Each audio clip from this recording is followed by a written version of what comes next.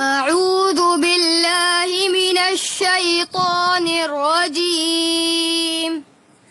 بسم الله الرحمن الرحيم. إذا زلزلت الأرض زلزالها وأخرجت الأرض أثقالها وقال الإنسان ما لها يومئذ تحدث أخبارها بأن ربك أوحى لها يومئذ يصدر الناس أشتاتا ليروا أعمالهم فمن يعمل مثقال ذرة خيرا يره ومن يعمل مثقال ذرة شرا يره. صدق الله العظيم.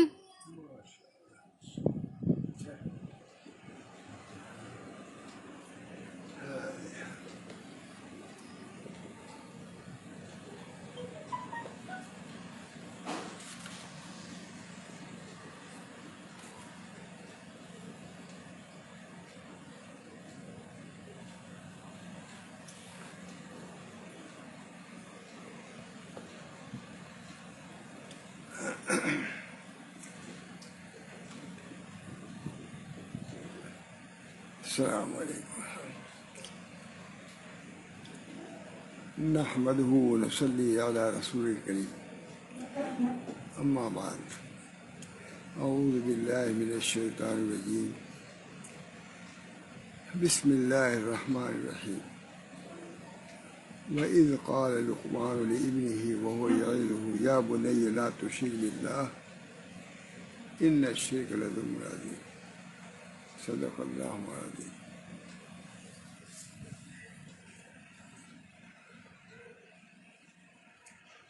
میرے ذہن میں یہ مضمون آیا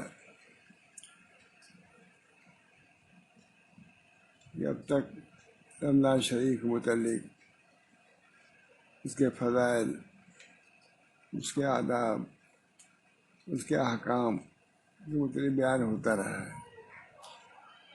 میں نے سوچا کہ اب کافی بیان ہو چکا ہے، اب جو بہت سی بنیادی چیزیں ہیں ان کو بھی بیان کروں، کیونکہ لوگوں کے کہنے سے اور بیان کرنے سے یہ معلوم ہوتا ہے کہ الحمدللہ ہماری اس تقریر کو لوگ سن بھی رہے ہیں، سمجھ بھی رہے ہیں اور پسند بھی کر رہے ہیں. اس بنا پر خیال ہوا کہ روزے کے متعلق، صوم کے متعلق علماء خوب بیان کر رہے ہیں، میں نے بھی بیان کیا ہے. اب کچھ عقائد کے متعلق بھی بیان کروں، کیونکہ اس میں بھی بڑی کوتاہی ہو رہی ہے. بنیادی چیز یہی ہے، عقائد کی تصحیح. یہ بہت ہی ضروری چیز ہے. نبی اکرم صلی اللہ علیہ وسلم تشریف لائے، بلکہ ہر نبی پہلے عقائد ہی کی تصحیح پر کلام کرتا ہے. اعبدوا اللہ، اللہ کی عبادت کرو. سب کرتے ہیں. کسی غیر کو شریک نہ کرو. اللہ کی عبادت ایسی کرو اس میں کوئی غیر شریک نہ ہونے پائے، دور کا بھی اس میں تعلق نہ ہونے پائے. وہی عبادت ہے اور وہی اللہ تعالیٰ کے محبوب اور مطلوب ہے. چنانچہ اس وقت میرے ہاتھ میں جو کتاب ہے یا بنیہ کے نام سے ہے، اس کو ہمارے مجاز اور خاص جو احباب میں سے ہیں انہوں نے اس آیت کی جو میں نے پڑھی ہے آگے بھی اس کی تشریح کی ہے. اس کا نام یا بنیہ رکھا ہے کیونکہ وہ تشریح بہت بہترین ہے. اس بنا پر خیال ہوا کہ اس کے متعلق انہی کی باتیں سناؤں، تھوڑی سی کوئی تشریح کر لوں تاکہ لوگوں کو نفع ہو. اللہ تعالیٰ مجھے اس تشریح میں اور توضیح میں کامیابی عطا فرمائے کہ اپنے معافی ضمیر کو میں پورے طریقے سے ادا کر لوں. چنانچہ اللہ تعالیٰ کی آیت کی تلاوت کیا ہے مولانا نے یہ وَإِذْ قَالَ لُقْمَانُ لِابْنِهِ وَهُوَ يَعِظُهُ يَا بُنَيَّ لَا تُشْرِكْ بِاللَّهِ إِنَّ الشِّرْكَ لَظُلْمٌ عَظِيمٌ. فرماتے ہیں کہ قرآن کریم جو اللہ تعالیٰ شانہ کا کلام ہے، قرآن کریم جو کہ اللہ جل شانہ کا کلام بھی ہے اور اس کی کتاب بھی ہے، اس میں 114 صورتیں ہیں اور ہر سورہ کا نام متعین ہے. کچھ تھوڑی سی تفسیر کر رہے ہیں قرآن کے متعلق، بہترین تفسیر ہے، قابل آدمی ہے. کہتے ہیں کہ اس میں 114 صورتیں ہیں، یہ بھی یاد رکھنی چاہیے. جس میں یہ سب باتیں ہیں، ایک مسلمان کو ان باتوں کو یاد رکھنا چاہیے، بچوں کو بھی یاد رکھنا چاہیے، عورتوں کو بھی یاد رکھنا چاہیے کہ ہماری کتاب کیا ہے، اس میں کیا مضامین بیان کیے گئے ہیں، اس کتاب کو بھیجنے سے اللہ تعالیٰ کا کیا مقصد ہے. سب چیزیں پیش نظر رہنی چاہیے، تبھی کام ہو سکتا ہے. مولانا انبیاء نے آ کر کی سب سے بڑی خدمت یہی کیا ہے. اس میں ایک سورہ کا نام سورہ لقمان ہے. فرما رہے ہیں کہ بہت سی سورہ فاتحہ ہے، یہ ہے وہ. ایک سورہ کا نام کیا ہے؟ سورہ لقمان ہے. نام اگرچہ پہچان کے لیے ہوتا ہے، لیکن اللہ رب العزت کا وہ بندہ بہت ہی مبارک اور بڑا ہی خوش نصیب ہے جس کا نام اس کی عمدہ اور پسندیدہ صفات کے ساتھ اللہ کے کلام کا جز بن گیا ہو. اب لقمان بندے ہی تھے اللہ کے، یہ اللہ تعالیٰ کو ان کی باتیں اتنی پسند آئیں کہ اللہ نے اپنے کلام میں اس کو جوڑ دیا. یہ معمولی بات ہے. اور نام بھی رکھ دیا سورہ کا نام سورہ لقمان. لقمان ایک حکیم ہے، ادھر ادھر گھومتے ہوں، کوئی جانتا بھی نہیں ہوگا اور وہ لقمان ہے. لیکن اللہ تعالیٰ نے لقمان کا نام ہی، سورہ کا نام ہی لقمان رکھ دیا ہے. ظاہر بات ہے کہ ان کی کوئی بات انتہائی پسند آئی ہوگی تبھی تو رکھا نام. نام اگرچہ پہچان کے لیے ہوتا ہے، لیکن اللہ رب العزت نے وہ بندہ بہت ہی مبارک اور بڑا ہی خوش نصیب ہے جس کا نام اس کی عمدہ اور پسندیدہ صفات کے ساتھ اللہ تعالیٰ کے کلام کا جز بن گیا ہو. دیکھیے یہ تو اللہ تعالیٰ کے کلام میں ان کا نام، میں تو دیکھتا ہوں، میں کتاب لکھ رہا ہوں، اس میں عام طور سے لوگ چاہتے ہیں ہمارا کسی طرح سے نام آ جائے. میں کہتا ہوں ضرور لاؤں گا. لوگ کہتے ہیں ارے کیا آپ سب کا نام لے آتے؟ میں نے کہا نہیں، اگر ایک آدھی صدر میں کسی کا نام آ جاتا ہے تو میں نام لے آتا ہوں ضرور، کیونکہ اس سے وہ بہت خوش ہوتا ہے، بہت خوش ہوتا ہے. ایک صاحب تھے، بالکل معمولی سے آدمی، حافظ تھے، کہا مولانا آپ کوئی تفسیر کی کتاب لکھیے تاکہ آپ کا نام بالکل ہمیشہ ہمیشہ رہنے لگے اور زندہ جاوید آپ کا نام ہو جائے. یہ کہتے تھے وہ.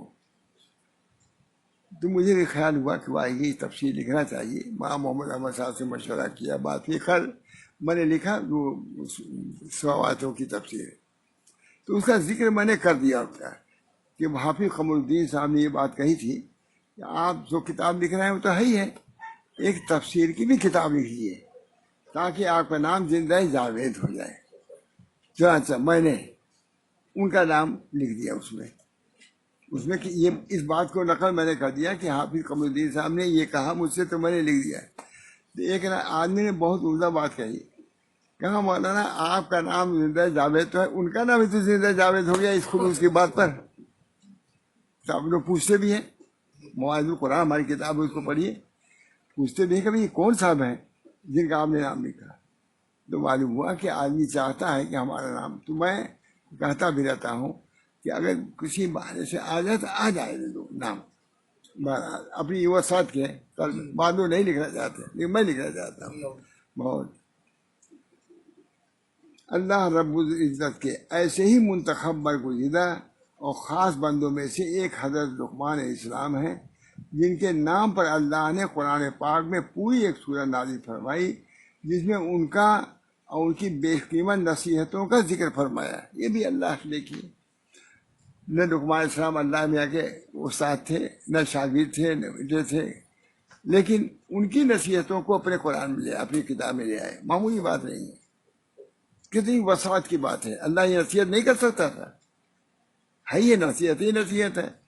لیکن لقمان علیہ السلام چونکہ اللہ کے محبوب ہو چکے تھے، اس بنا پر اللہ تعالیٰ نے ان کے نام سے نصیحتیں لائے اور لوگ اس کی تلاوت کر رہے ہیں، اس نصیحتوں سے فائدہ حاصل کر رہے ہیں. اب فرما رہے ہیں کہ لقمان علیہ السلام کون تھے. لقمان علیہ السلام جمہور مفسرین کے نزدیک ولی، حکیم اور دانشور تھے، نبی بھی نہیں تھے. لقمان علیہ السلام جمہور مفسرین کے نزدیک ولی، حکیم اور دانشور تھے، نبی نہیں تھے. حضرت داؤد علیہ السلام کے ہم زمانہ ملک حبشہ یا سوڈان کے رہنے والے تھے. اولا غلام، پھر ایک آزاد کردہ غلام ہو گئے تو غلام تھے افریقہ کے ملکوں کے. اہل عرب ان کے نام سے واقف تھے. اللہ تعالیٰ نے ان کو علم و حکمت، دانائی اور قول و عمل میں پختگی اور درستگی سے نوازا تھا. اللہ ہی نے دیا تھا جو کچھ دیا تھا، خود تھوڑے ہو گئے تھے. اب ان کو نوازنا چاہتا تھا تو اللہ تعالیٰ نے ان کو علم دے دیا، حکمت دیا، دانائی دیا، فیصلے میں پختگی اور درستگی سے نواز دیا تھا. علامہ ابن کثیر نے ان کے دور غلامی کا ایک واقعہ لکھا ہے جس سے علم و حکمت میں ان کے امتیاز کا اظہار ہوتا ہے. قصہ یہ ہے کہ ایک مرتبہ لقمان علیہ السلام کے آقا نے انہیں ایک بکری کو ذبح کرنے کا حکم دیا. یہ بھی سمجھنے کی بات ہے. ایک مرتبہ حضرت لقمان علیہ السلام کے آقا نے انہیں ایک بکری ذبح کرنے کا حکم دیا ہے. جب وہ بکری ذبح کر چکے تو آقا نے ان سے کہا کہ اس بکری کے بدن کی سب سے اچھی 2 چیزیں نکال کر مجھے دو. بکری میں جو اچھی چیز ہے دو، اس کو نکال کر کے مجھے دو. لقمان علیہ السلام نے زبان اور دل دونوں کو نکال کر پیش کر دیا. بکری کی زبان اور دل، انہوں نے کہا 2 جز لے کے دو، 2 عضو جو ہے نکال کے دو. سب سے جو عمدہ ہو تو زبان کو نکالا اور دل کو نکالا. اب دیکھیے سنیے، پھر آقا نے ان سے دوسری بکری ذبح کرائی. وہ کہا کہ اس کے جسم کی سب سے خراب 2 چیزیں لاؤ. میں نے کیا کہا تھا؟ 2 اچھی چیزیں لے آؤ، پھر کہا 2 خراب چیزیں لے آؤ. حضرت لقمان پھر دل اور زبان لے کر آئے اور انہیں آقا کے حضور پیش کر دیا. اچھی چیز کا تب بھی لے کے دیا، کس کو؟ زبان کو اور دل کو. اور بری چیز کا تب بھی لے کے دے دیا. اس پر ان کے آقا نے کہا کہ لقمان، مجھے حیرت ہے کہ جب میں نے سب سے اچھی 2 چیزوں کا مطالبہ کیا تو تم زبان اور دل لائے، اور جب میں نے بکری کے جسم کی سب سے بری 2 چیزیں لانے کو کہا تو پھر وہی 2 چیزیں لے آئے، یعنی دل اور زبان. آخر یہ قصہ کیا ہے؟ جو چیز اچھی ہے وہی خراب، جو خراب ہے وہی اچھی. لقمان علیہ السلام نے جواب دیا، بڑی نصیحت کی بات ہے. لقمان علیہ السلام نے جواب دیا کہ آقا، یہی 2 چیزیں دل اور زبان ایسی ہیں کہ اگر اس کے اندر صلاح اور درستگی ہو، یہ دونوں تمام تمام بدن کے اعضاء و اجزاء میں سب سے بہتر ہے. اگر اس زبان میں صلاح آ گئی، درستگی، دل ٹھیک ٹھاک ہو گیا تو بدن کا سب سے عمدہ عضو یہی دونوں ہے، زبان اور دل. اگر اس میں فساد آ گیا، اگر ان میں فساد اور خرابی آ جائے تو یہی 2 چیزیں سب سے بدتر ہے. زبان اگر ہو گیا، بس زبانی اس کے اندر آ گئی، فضول باتیں کرتے ہیں، غیبت کرتا ہے، نمیمہ کرتا ہے، گالی گلوچ کرتا ہے، تو اس سے بڑھ کے زبان کیا ہوگی؟ خرابی. حضرت صدیق اکبر رضی اللہ تعالیٰ عنہ کو واقعہ ہے کہ کبھی تنہائی میں لوگوں نے دیکھا کہ پکڑی ہوئی زبان کو، کہا اس نے ہم کو ہلاکت کے گھاٹ تک پہنچا دیا ہے. حضرت صدیق اکبر، اللہ ہو گئی. یہ دل کے صفائی کے تو کتنا اہتمام ہوتا ہی سب لوگ جانتے ہیں، لیکن زبان کے ہی کو خاص طور سے انہوں نے پکڑا اور کہا پکڑ کے اس نے ہم کو ہلاکت کے گڈھے تک پہنچا دیا ہے. اگر ان میں فساد خرابی آ جائے تو یہی 2 چیزیں سب سے بہتر ہے. قلب میں خرابی آ گئی، ان کے قلوب میں مرض، پھر قلوب ہی مرض، قلوب میں بھی مرض ہوتا ہے. اگر قلب جو ہے مریض ہو گیا تو اس سے بڑھ کے اب کوئی مرض نہیں ہوتا. لا ينفع مال ولا بنون الا من اتى اللہ بقلب سلیم. وہاں کوئی چیز نافع نہیں ہوگی، لیکن جو شخص قلب سلیم لے کے آئے گا وہی نافع ہوگا. اور قلب سلیم کا ترجمہ کیا ہے نروگا قلب، جس کے اندر روگ نہیں ہے. اگر روگ ہے قلب میں، سب سے بڑی بیماری دیکھیے، اگر کوئی جاتا ہے اور ڈاکٹر کہہ دیتا ہے کہ آپ کے قلب میں مرض ہے تو پریشان ہو جاتا ہے نہیں؟ آدمی سمجھتا ہے سب سے بڑا مرض کو لائق ہو گیا. تو قلب کا مرض بہت بڑا سمجھا جاتا ہے اور برا سمجھا جاتا ہے. دل اور دماغ دونوں مشاب اس وقت عجیب و غریب حالات ہیں، ہو رہے ہیں بہت ہی امراض، قلب کے امراض اور اسی دماغ کے امراض ہو رہے ہیں. ابھی ہمارے خاص عزیزی سمجھیے روفی بھائی ہیں جو سب بڑھواتے ہیں کرسی وغیرہ پہ، ابھی شادی ہوئی تھی، کل پرسوں ان کے دماغ پر اثر ہو گیا، اٹیک ہو گیا دماغ پر. اس وقت آپریشن ہو رہا ہوگا لکھنؤ میں، آپ لوگ دعا کیجیے. بہت اچھے موقع پر میں کہہ رہا ہوں. ابھی فون آیا تھا، پوری آیا ہوں. ہاں روفی بھائی کے داماد، ابھی جلدی شادی ہوئی تھی، اٹیک ہوا کل پرسوں، لے گئے وہاں بنارس والے جواب دے دیا. اب لکھنؤ میں بہت خاص آدمی ہم لوگوں کے ہیں، بہت خاص. بس دعا کیجیے اللہ تعالیٰ ہم کو صحت کاملہ، آپریشن کامیاب فرمائے. اسلام ہو یا کفر، ہر ایک کا اظہار و اقرار زبانی سے ہوتا ہے. مثلا ایک شخص زندگی بھر کفر اور شرک اور بڑے بڑے گناہوں میں مبتلا رہا، جس کی وجہ سے اس کا دل پوری طرح ناپاک اور تاریک ہو گیا، یہاں تک کہ وہ اسی حال میں بوڑھا ہو گیا اور ظاہر بینوں نے اس کے جہنمی ہونے کا فیصلہ کر دیا. لیکن اللہ ارحم الراحمین نے اس کے دل میں اپنی ذات عالی کا یقین بٹھا دیا اور اسے اس کا اظہار کرتے ہوئے ایک مرتبہ زبان سے کہا لا الہ الا اللہ محمد رسول اللہ. بس فوراً اس کا دل آئینے کی طرح صاف ہو گیا. وہی زبان کفر شرک میں مبتلا، لیکن اس کے دل میں آ گیا میں کہا لا الہ الا اللہ محمد رسول اللہ. اب سب سے عمدہ ہو گیا. یہ پہلے دوزخ میں جا رہا تھا، اس ایک جب کفر کہتے ہیں کہ اگر کفر ابھی کہتے ہی تم رہے ہو، اگر تم کلمہ پڑھ لو تو تم اللہ والے ہو جاؤ. کوئی کمی لا الہ الا اللہ محمد رسول اللہ، پر فوراً اس کا دل آئینے کی طرح صاف اور دن کے اجالے کی طرح روشن ہو جائے گا. برسوں کی ناپاکیاں ایک لمحہ اور ساعت میں دور ہو گئی اور اب وہ ایمان والوں کی جماعت میں شامل ہو گیا. صرف لا الہ الا اللہ، اتنا بڑا کلمہ ہے، اتنا بڑا کلمہ لا الہ الا اللہ محمد رسول اللہ. ایک شخص نے پڑھا، ایک صحابی نے کہا کہ معلوم صاحب اپنی جان بچانے کے لیے یہ کہہ رہا ہے،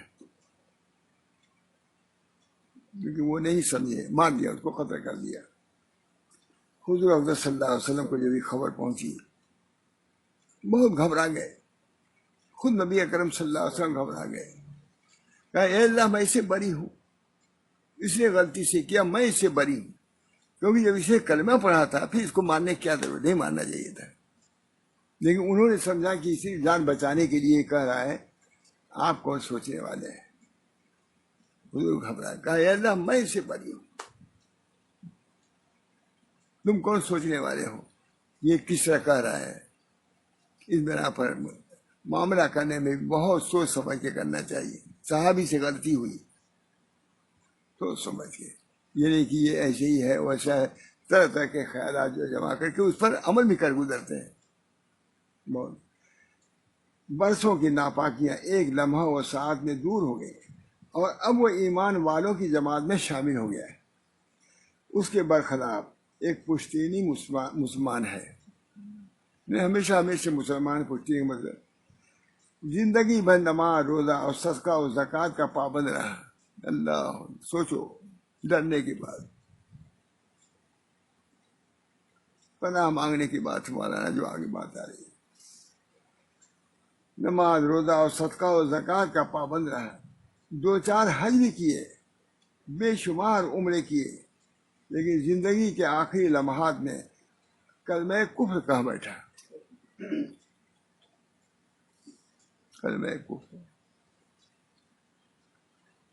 بہت ڈرنا چاہیے. ہمارے بزرگان دین کہتے ہیں کہ سب لوگ تو گناہ سے ڈرتے ہیں، سب لوگ تو، لیکن ہم لوگ تو کفر سے ڈرتے ہیں. معلوم کب کیا ہو جائے.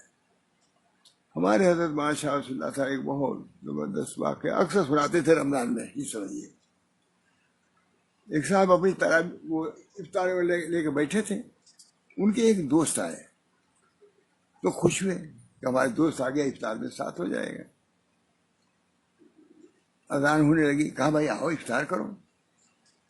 تو رونے لگے وہ, کہا میں اس سے نکل چکا ہوں, میں اس سے یعنی اسلام سے نکل چکا ہوں, سمجھ گئے, میں اس سے نکل چکا ہوں. تو انہوں نے بھی کہا اچھا آؤ میاں افطار تو کرو, زیادہ سے زیادہ تم کافر ہو گئے ہوگے, کر لو افطار, تو ہم تو ہمارے دوست تم ہو, اور افطار کر لو. لیکن سنو, صبح ہوتے ہی وہاں شاہ فضل الرحمان صاحب کے چلے جانا. بہت بڑے بزرگ تھے وہاں شاہ فضل الرحمان صاحب. میں ریونین گیا تھا تو انہوں نے یہی کہا کہ ان کا کوئی واقعہ بیان کیا تھا, شاید میں نے بیان بھی کیا تھا, بہت خوش ہوئے. کہا جاتے مگر تم کر لو افطار, کر لو, کھا لو, پی لو, صبح ہی چلے جاؤ وہاں شاہ فضل الرحمان صاحب کے. گئے, دور ہی سے وہاں شاہ فضل الرحمان صاحب نے کہا اور اچھل کر کے آئے اور سینے کو مارنے لگے. کہا بتاؤ تم کو اسلام کے بارے میں کیا شبہ, بتاؤ. ان کو کشف ہو گیا, ان کو نہیں معلوم تھا کہ یہ سب اس لیے آ رہا ہے. اتنے بڑے صاحب کرامت تھے, اپنے بزرگوں کا قصہ بیان کرتے رہنا چاہیے, ہے کہ نہیں. شاہ فضل الرحمان صاحب الحمدللہ ہم لوگ اس سلسلے کے ہیں. حضرت مولانا محمد احمد صاحب کے پیر کا نام کیا تھا, مولانا بدر علی صاحب. ہاں, مولانا بدر علی صاحب کے شیخ کا کیا نام تھا, مولانا شاہ فضل الرحمان صاحب. اور مولانا محمد علی صاحب منگیری کے بھی شیخ تھے. یہ سب تو جانو تھوڑا سا, اس سلسلے میں رہتے ہو. مولانا محمد علی صاحب منگیری کے بھی, اور وہی بانی ندوہ ہے مولانا محمد علی منگیری. دونوں بڑے. مولانا محمد علی منگیری بہت زبردست عالم بھی تھے, بزرگ بھی تھے. بہار کو تو سنبھال ہی لیا انہوں نے. بہار میں انہوں نے کیا ہے مجلس وغیرہ جو قائم کیا ہے, کہیں بھی قائم نہیں کر سکا. جو ہے فیصلے والا جو ہے عمارت شریعہ, لیکن صحیح یہ سچی بتا دیں, عمارت شریعہ کہیں قائم نہیں کر سکے. صرف اس میں وہاں وہی بھی بڑی ان کی تعریف کرتے تھے, واقعی بڑے آدمی تھے. ہم نے تو بہت لکھا ان کے متعلق, سمجھیں گے, پڑھ لینا, ہم نے بہت لکھا, بہت بڑے آدمی تھے. فرماتے ہیں کہ بادشاہ فضل الرحمان صاحب اچھل کے آئے, کہا بتاؤ اسلام کے بارے میں, سینے پہ ہاتھ لگائے, بتاؤ تمہارے اسلام کے بارے میں کیا تم کو شبہ ہے, کیا اشکال ہے, بولو. کہا کچھ نہیں, ختم. ایک نظر میں نکال دیا. بزرگوں کے کرامت معلوم ہوگی نہیں ہے, کرامات الاولیاء حق. کرامات الاولیاء, اولیاء کی کرامات حق ہیں, اس میں تسلیم کرو. ایک دو تھوڑے نا, ہزاروں کرامتیں موجود ہیں اولیاء کی. اللہ تعالی ہم سب لوگوں کو ان دولتوں سے بھی مالا مال فرمائے. یہ نئی چیز نہیں ہے, یہ پرانی چیز ہے. اگر ہم کوشش کریں ہم کو بھی اللہ دے گا. سب کرامت کے لیے نہ کریں, لیکن یہ کہ اللہ تعالیٰ جب نیک عمل کرتا ہے. دیکھتے ہیں علامہ شعرانی, جبکہ ہمارے بزرگوں نے مطابعت سنت میں مبالغہ کیا تو اللہ تعالیٰ نے اپنے نعمت کے دینے میں مبالغہ کیا, کرامات سے نواز دیا ان کو. جملہ ہے کہ نہیں, حضرت مست ہے یہ کرامت سن کر کے ہم کو یہ بات نہیں یاد ہے. الحمدللہ جب ہمارے بزرگوں نے مطابعت سنت میں مبالغہ کیا, ہر بات سنت کی سنت, تو اللہ تعالیٰ نے اپنی کرامات سے ان کو نواز دیا, اپنی نعمتوں میں مبالغہ کر دیا. سب کو تو علم دیا, ان کو کرامت بھی دے دیا, اولیاء اللہ ہو گئے. اللہ ہم سب لوگوں کی دولت سے نواز دے. ہاں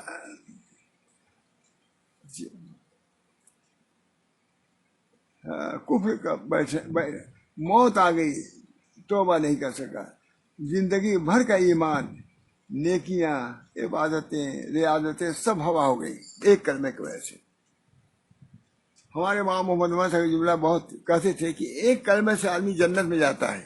میں نے سنا ہے خود, بہت ایسی باتیں کرتے رہتے تھے مولانا, یاد آئے تھی سب باتیں. ایک کلمہ سے آدمی کہاں جاتا ہے جنت میں, اور ایک ہی کلمے سے آدمی دوزخ میں چلا جاتا ہے. امام محمد عمر صاحب جملہ. اپنے شیخ کی بات میں کروں کہ نہیں, ایک کلمہ سے, ایک کلمہ سے آدمی جنت میں جاتا ہے. وہی کلمہ طیبہ لا الہ الا اللہ محمد رسول اللہ کہاں جنت میں جائے گا. اسی کا انکار کر دیا جہنم میں جائیں گے. ابو طالب پر پیش کیا. حضور اقدس صلی اللہ علیہ وسلم نے اس کلمے کو کتنی خدمت انہوں نے کی تھی. نہیں کہا. کھڑے تھے سب کافر کھڑے تھے، ان کے شرم کی وجہ سے اس کلمے کو زبان سے جاری نہیں کر سکے. کتنی خدمت کیا تھا حضرت ابو طالب نے. چچا تھے نا، سینا سفر تھے. شعب ابی طالب میں بھی شعب ابی طالب جس میں چمڑا چوسنا پڑا، لڑکے اتنا چلاتے تھے بھوک سے پیاس سے، اس میں وہ موجود تھے. لیکن واہ رے اللہ، ایمان ان کی قسمت میں نہیں تھا. مولانا عبد عالم صاحب کہتے ہیں کہ اب کچھ نہ لکھو، جب پھل قلم و بما ہوا قائم. جو چیز ہونے والی تھی، قلم خشک ہو گیا، اب آگے نہ بڑھو، یا اس پر بات ہی نہ کرو. اللہ معمولی بات نہیں ہے. اللہ کی استغنا. بہت حضور نے کہا کہ چپ کہیں سے مجھ سے کہہ دیے، نہیں کہا. جب یا اللہ محفوظ رکھ، ایمان کو محفوظ رکھ. بہت بڑی دولت ہے، بہت بڑی دولت ہے. ابو طالب کو حضور نہیں دے سکے تو ہم لوگ کیا ہیں؟ نہیں دے سکے. اللہ نے اپنے ہاتھ میں رکھا ہے، شقاوت بھی اور سعادت کو بھی. میں تک زندگی بھر کا ایمان، نیکیاں، عبادتیں اور ریاضتیں سب ہوا ہو گئے. کفر شرک سے پاک صاف دل آنے واحد میں، کفر شرک سے پاک صاف دل آنے واحد میں کفر کی نجاست و غلاظت کا مسکن بن گیا، اور اس پر گمراہی کا تبتہ تاریکیاں چھا گئی. پہلے پاک صاف تھا، لیکن کیا ہو گیا؟ غلاظتیں آتے آتے. ہاں، کفر شرک سے پاک صاف دل آنے واحد میں کفر کی نجاست و غلاظت کا مسکن بن گیا، اور پر گمراہی کی تبتہ تاریکیاں چھا گئی. اللہ منی اعوذ بک من شک فی الحق بعد الیقین. مولانا دعا کر رہے ہیں، اللہ اے اللہ، یقین کے حاصل ہونے کے بعد حق کے بارے میں شک کے پیش آنے سے تیری پناہ چاہتا ہوں. بہت عمدہ کتاب ہے بڑا صاحب. سوال ٹھیک ہے نا بھائی؟ مجلس کے ٹھیک ہوئے، کوئی بات نہیں. ہاں، پھر زبان کی مٹھاس اور نرمی سے دوستی کھانا. یہ تو ایک زبان کا فائدہ یہ ہوا، نقصان بھی. اور یہ پھر اس کے بعد لکھ رہے ہیں مولانا، پھر زبان کی مٹھاس اور نرمی سے دوستی قائم ہوتی ہے. زبان سے کیا ہے؟ مٹھاس. اور زبان ہی کے ایک سخت اور نامناسب بول سے پرانی دوستی دشمنی میں تبدیل ہو جاتی ہے. ایک بات سے کتنی دوستی ہو، ایک بات کر، ارے سارا اس کے دل کا حال معلوم ہو گیا، اس کے دل کا حال معلوم ہو گیا. ہمارے حافظ ایک واقعہ سناتے ہیں، بات کے نہیں بلکہ حرکت میں. کہا بہت بڑی دوستی تھی دو آدمیوں میں، پوچھ سے تجارت چل رہی تھی ساتھ، بہت مالدار. گنا آیا، گنا تو اس نے توڑا، آدھا آدھا کیا. تو جو جڑ والا اچھا سمے آتا ہے انہوں نے اپنے لڑکے کو دیا ہے، اور جو پورے والا تھا اس کو وہ شریک والے کو دیا ہے. وہ اسی وقت کہا کہ آج سے ہمارا تجارت ختم، کروڑوں اربوں کے ختم. کہا تمہاری طبیعت کا اندازہ لگ گیا ہے کہ جڑ والے کو تو دیا اپنے لڑکے کو، اور نیچے والا دیا، معلوم ہے تمہارے دل میں کپٹ آ گیا، وہ آ گیا تمہارے دل میں. کیا آ گیا؟ دغا. ختم ہو گئی. بات ہی تو تھی، یہ ہماری بات ہی سمجھو، ایک بات سے ختم. سب دوستی بھی ختم، دشمنی آ گئی. پھر کیا کیا ہوا ہوگا مقدمے میں، کیونکہ یہ لاکھوں کروڑوں روپے کا مسئلہ تھا. اس وجہ سے ان چیزوں سے بہت احتیاط ہو جائے. تھوڑی سی چیزوں میں بدگمانی ہو جاتی ہے، بدگمانی. اب کہاں سے کہاں وہ پہنچا دیتی. حضرت مولانا بات کر رہے تھے کہیں لکھنؤ میں. حضرت مولانا شاہ ولی اللہ صاحب ایک بہت بڑے آدمی تھے، وہ بھی بہت بڑے عالم تھے. گئے کمرے میں، اتفاق سے مولانا تھانوی خاموش ہو گئے. خاموش ہو گئے تھے، بات ختم ہو گئی. یہ بھی تو ہو سکتا ہے کہ بات ختم ہو گئی، خاموش ہو گئے. ان کے دل میں بدگمانی یہ ہوئی، دیکھو ایک بات کہ معلوم ہوتا ہم سے چھپانے کے لیے مولانا خاموش ہو گئے. اور حضرت کہتے تھے میرے دل میں کوئی بات بھی نہیں آئی. بھائی بات ختم ہو گئی, نہیں خاموش ہو گئے, ہم سے اس کے کیا ہے, اگر ہم سے چھپایا بھی چھپانے کی بات ہی دل میں حرج کیا ہوا. یہاں تو وہ بگڑے, خلافت بھی سلب کرنی پڑی حضرت تھانوی کو. اس وجہ سے ان بدگمانیوں سے بچنا چاہیے. زبان کی حفاظت, دل و دماغ کی حفاظت بہت ہونی ہے. حضرت مولانا عبدالغنی صاحب اور مولانا تھانوی دونوں گئے لکھنؤ میں. مولانا تھانوی بیمار تھے تو دونوں نے اجازت دیا. مولانا عبدالغنی صاحب کہتے ہیں بڑے عالم, حضرت بچے تھے, چھوٹے تھے. مولانا عبدالغنی صاحب انہوں نے کہا جو یہ تجربہ, یہی مولانا عبدالحکیم صاحب لکھے ہوئے ہیں کہ مولانا تھانوی کی بات بتلاتے تھے, 1 بجے 1:30 بجے سنتا تھا, میں بھی سنا رہا ہوں, مجھے بھی بہت یاد ہے اللہ کی. تو حضرت تھانوی کہہ گئے, حضرت تھانوی کے ملنے کے لیے بیمار تھے. تو مولانا عبدالغنی صاحب پھول پوری کہتے ہیں حاجی مختار صاحب کو, اور مولانا شاہ عبد اللہ صاحب کہا کہ عبدالغنی گئے ہوگا, ملازم نے کہا ہوگا, کہا کہ وہ آئے ہیں ملنے کے لیے. کہا نہیں اجازت ہے, نہیں اجازت دیا. مولانا عبدالغنی صاحب کو مولانا شاہ عبد اللہ صاحب کو اجازت ملنے کی نہیں دیا. تو مولانا شاہ عبد اللہ صاحب کم عمر تھے اور مولانا عبدالغنی صاحب بوڑھے آدمی تھے, کافی 20-25 سال بڑے تھے محمد علی کے. تو کہا مولوی رسول اللہ دیکھو کوئی بدگمانی مت کرنا. یہ حضرت سے خود سنا ہے, کوئی سنے تو یاد کس کو ہوگا مجھ صاحب. وہاں عبدالغنی صاحب نے کہا رسول اللہ دیکھو بدگمانی مت کرنا. ارے کوئی بات ہوگی, اجازت نہیں دیا ہوگا.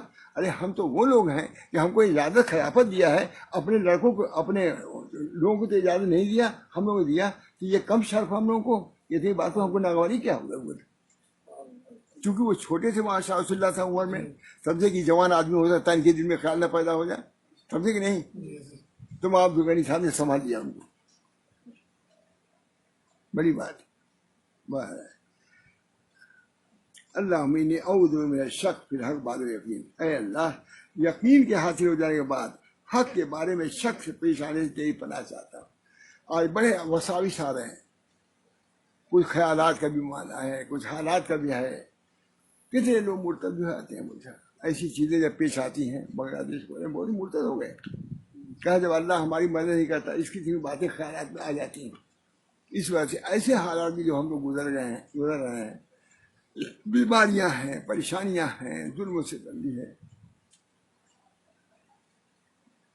تو دل کی حفاظت چاہیے. اس حفاظت کے لیے کلمہ طیبہ جو انہوں نے لکھا, اللہم انی اعوذ بک من الشک فی الحق بعد الیقین. یہ اللہ یقین کے بعد ہم کو شک نہیں دی. سب سے بڑا علاج کیا ہے؟ لا الہ الا اللہ. حضرت صدیق نے کہا, جب حضرت عثمان نے کہا کہ اس کا کیا علاج ہے عثمان کا, حضرت عثمان نے کہا کہ اس وسوسے کا کیا علاج ہے. حضرت ابوبکر صدیق نے فرمایا کہ وہی علاج ہے کہ حضور صلی اللہ علیہ وسلم نے ابو طالب پر پیش کیا تھا, اس کو قبول نہیں کیا, وہی علاج ہے وساوس کا. اسی بنا پر علامہ لکھا ہے کہ من بولے بالوسوسہ فعلیہ بکلمۃ طیبہ. جو وسوسے میں مبتلا ہے اس کو کلمہ طیبہ کا ورد کرنا چاہیے, ہے کہ نہیں؟ کتنی بڑی بات. یہ دعا بڑی اچھی ہے بھائی. اللہم انی اعوذ بک من الشک فی الحق بعد الیقین. ہوتا ہے تب تو لوگ ڈرتے رہتے ہیں. مجھے ہم لوگوں کا تو یہی کام ہے مجھے صاحب, وہ ساویسی میں مارے جا رہے ہیں ہم لوگ. اللہ محفوظ رکھے. مصیبتیں آتی ہیں, بیماریاں آتی ہیں, ایسی بیماریاں ہیں کہ آدمی متزلزل ہو جاتا ہے. ہم لوگ کا تو کام ہی یہی ہے, دن رات یہی ہے. ایسی مصیبتیں والے آتے ہیں, اس پر گھبرا جاتے ہیں. اے اللہ, کوئی مکے میں کہتا ہے شاید اب زمزم ہم پی رہے ہیں, کچھ نہیں ہو رہا ہے, یہ یہاں تو ہم سے کہا, اس وقت سے سنبھالنا پڑتا ہے. نہیں بھائی, یہ وساوس ہے. تم کو شیطان ایمان کے دائرے سے کفر کے احاطے میں لے جا رہا ہے. بچو, ایمان کو حفاظت کرو اپنی. پھر زبان کی مٹھاس اور نرمی سے دوستی قائم ہوتی ہے, اور زبان ہی کی ایک سخت نامناسب بول سے پرانی دوستی دشمنی میں تبدیل ہو جاتی ہے.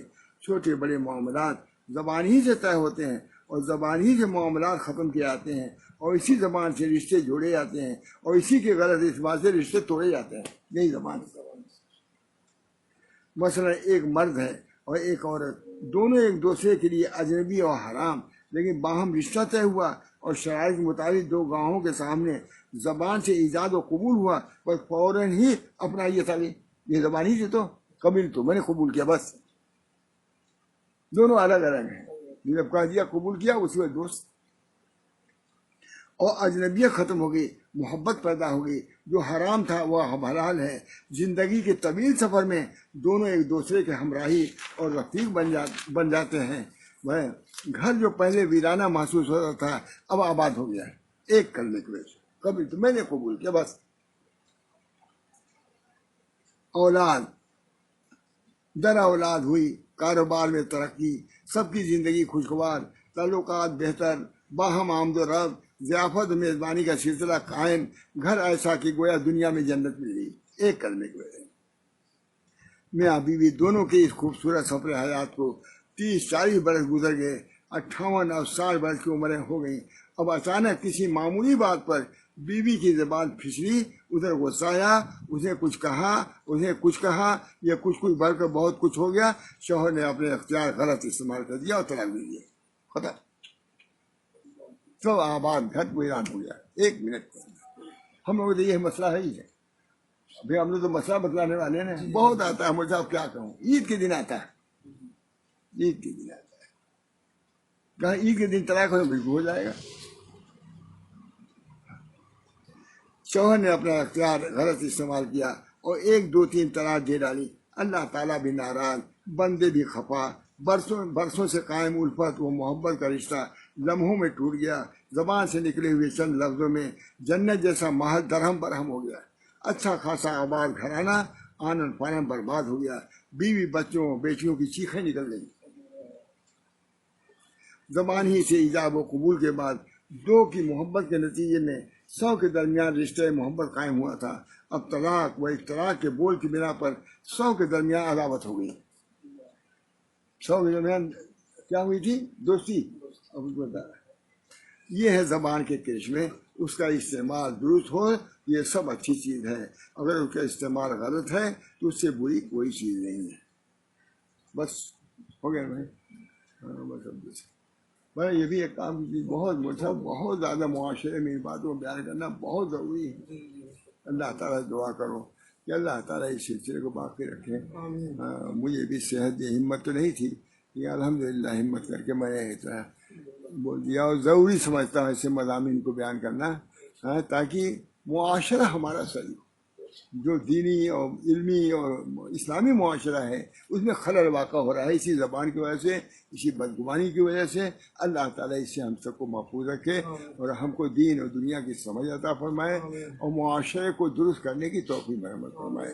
ربنا تقبل منا انک انت السمیع العلیم برحمتک یا ارحم الراحمین بحرمت سید نبی الکریم صلی اللہ تعالی علیہ وسلم. لا الہ الا اللہ. 40 منٹ سے کم نہیں ہوتا.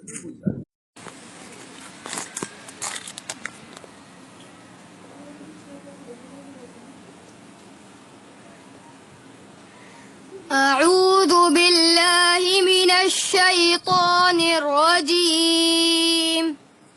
بسم الله الرحمن الرحيم.